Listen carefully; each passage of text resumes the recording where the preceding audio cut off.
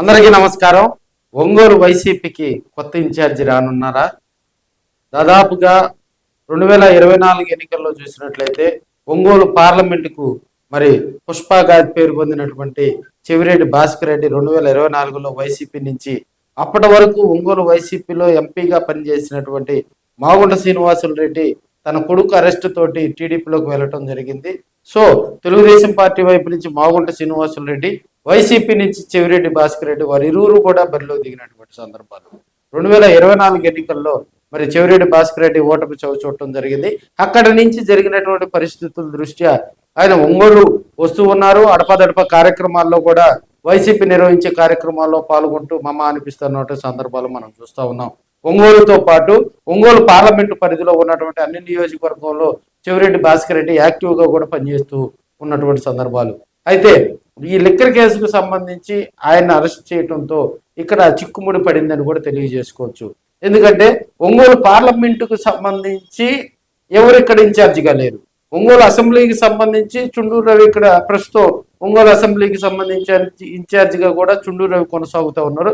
Ongole parliament incharge ప్రస్తుతం ఆయన మరి ఏసీబీ అరెస్ట్ చేయడంతో అది లిక్కర్ కేసు కూడా ఏసీబీ టేకప్ చేయడంతో ప్రస్తుతం ఒంగోలు పార్లమెంటు ఇన్ఛార్జి పోస్టు ఖాళీగా ఉంది. సో చెవిరెడ్డి భాస్కర్ రెడ్డి బెయిల్ పై బయటికి రావటం, మళ్ళీ ఆయన కోలుకోవటం, మళ్ళీ పొలిటికల్ గా యాక్టివ్ అయ్యేసరికి దాదాపుగా 5-6 నెలలు టైం పట్టే పరిస్థితి అయితే ఉంది. సో ఇప్పుడున్న పరిస్థితిలో యాక్టివ్ గా ఉన్నటువంటి లీడర్ని తీసుకొచ్చేందుకు మరి వైవి సుబ్బారెడ్డి గారు కూడా తెర వెనుక ప్రయత్నాలు చేస్తున్నారని తెలియజేసుకోవచ్చు. ఎందుకంటే మరి ఈ నెలలో 8వ తేదీ కానీ 9వ తేదీ కానీ పవన్ కళ్యాణ్ గారిని ఒంగోలు బాలినేని శ్రీనివాసరెడ్డి ఆయన నివాసానికి తీసుకురావడం కూడా ఒక సంచలనంగా మారనుంది. అయితే దీనికి సంబంధించి జనసేన పార్టీ నుంచి ఇంతవరకు ఏ ప్రకటన రాకపోవటం, మేబీ బాలినేని శ్రీనివాసరెడ్డి ఇంటికి పవన్ కళ్యాణ్ గారు కనుక వస్తే బాలినేనికి జనసేనలో అధిక ప్రాధాన్యత గనక ఇస్తే ఇక్కడ ఉన్నటువంటి నిన్నటి వరకు వైసీపీలో ఉన్నటువంటి బాలినేని శ్రీనివాసరెడ్డి వెంట ప్రస్తుతం వైసీపీలో ఉన్నటువంటి కొంత క్యాడర్ కూడా వెళ్తుంది అనేది తెరవెనుక వినిపిస్తున్నటువంటి చాటుమాటు మాటలు. సో వాటికి చెక్కు పెట్టాలంటే పార్లమెంటుకు అసెంబ్లీ ఇన్ఛార్జికి తోడుగా కూడా పార్లమెంట్ ఇన్ఛార్జి 2 గొంతుకులు కలిస్తే మరి ఇప్పుడు ఉన్నటువంటి కూటమి ప్రభుత్వంపై కూడా ఇప్పుడు ఉన్నటువంటి పరిస్థితుల దృష్ట్యా కూడా వారికా మరింత ముందుగా కూడా ప్రజల్లోకి వెళ్తారు. డిజిటల్ బుక్ విధానాన్ని తీసుకొచ్చారు. అదేవిధంగా ఒంగోలులో నిర్వహిస్తున్నటువంటి కార్యక్రమాలు కూడా వైసీపీ కార్యక్రమాలు కూడా ప్రజల్లోకి వెళ్తున్న వేళ ఇప్పుడు అసెంబ్లీకి సంబంధించి ఇన్ఛార్జ్ ఉన్నారు. పార్లమెంట్కి సంబంధించి కూడా మరి వైవి విక్రాంత్ రెడ్డిని కనుక తీసుకొని వస్తే దాదాపుగా వైసీపీకి ప్లస్ అవుతుంది. యువకుడైనటువంటి విక్రాంత్ రెడ్డి బలం కూడా వైసీపీకి బాగా పనిచేస్తుంది.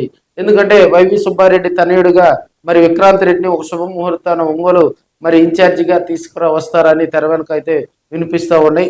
అన్ని అనుకూలిస్తే మరి త్వరలో కూడా విక్రాంత్ రెడ్డి ఒంగోలుకు వచ్చి బాధ్యతలు మరి దానికి సంబంధించి కూడా ఒక ప్రకటన వెలువడిన ఉందని కూడా తెలియజేసుకోవచ్చు.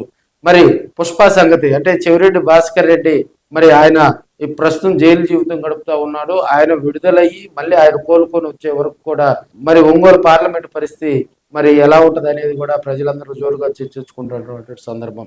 ఇదే సమయంలో బాలినేని కనుక స్పీడ్ అయితే మరి రాబోయే రోజుల్లో ఎలా జరుగుద్ది అనేది కూడా మనం ఆలోచించుకోవాల్సినటువంటి అంశం.